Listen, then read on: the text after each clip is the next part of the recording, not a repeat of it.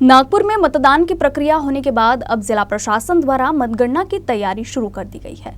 Nagpur Lok Sabha seat के चुनाव अधिकारी और जिलाधिकारी डॉक्टर विपिन इटनकर ने बताया कि मतगणना के दौरान एक राउंड में 120 ईवीएम की मतगणना होगी। जिलाधिकारी ने बताया कि विधानसभा सीटों के अनुसार ईवीएम मशीनों में पड़े मतों की गिनती होगी।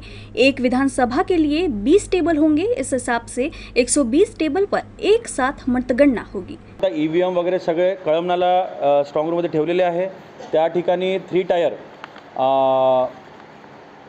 सिक्युरिटी म्हणजे सीआरपीएफ, त्याच्या बाहेर स्टेटची पोलीस, त्याच्या बाहेर डिस्ट्रिक्टची पोलीस, त्यानंतर सीसीटीव्ही, फायर टेंडर आणि जवळपास रोज आरओ आणि आमचे एआरओ रोज एक जण जाऊन तिकडे साईन करत असतो। पोलिसांचे पण वरिष्ठ जाऊन तिकडे सिक्युरिटी बघावं लागतं आणि येत्या 4 तारखेचं जे काउंटिंग आहे त्याची तयारीसुद्धा आपण सुरू केलेली आहे। कारण ते 2 शेड आपण जिथे नेहमी काउंटिंग होते तिथे आपल्याला परवानगी आलेली आहे कमिशनकडून आणि रिक्वायरमेंट ज्या टेबल्स आपल्याला लावायचे आहे जवळपास 20-20 टेबल आपले 6 मतदारसंघांनी आपण टेबल लावणार आहे आणि त्याची पण तयारी आम्ही जवळपास 15 मे पर्यंत आम्ही ते हँडओव्हर घेऊन तिथं मग ड्रेस रिहर्सल रंगीत तालीम करून ते जवळपास 4 तारखेची तयारी आपली पूर्ण आहे। जिलाधिकारी ने नागपुर में कम हुए मतदान को लेकर खेद भी प्रकट किया और कहा कि मतदाता सूची से मतदाताओं के नाम के गायब होने की शिकायत को लेकर सख्ती बरती जाएगी।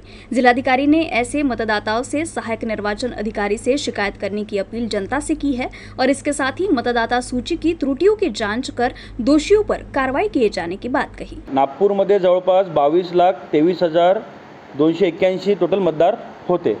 जर आपण 19 लाख कंपेअर केलं तर आपले जवळपास 63,000नी मतदार वाढलेले होते, बरोबर आहे। त्याच्या अगेन्स्ट जवळपास 2019 मध्ये 54.74 मतदान झालं होतं आणि इथं यावेळेस आपलं 54.30% पर्यंत आपलं मतदान झालेलं आहे।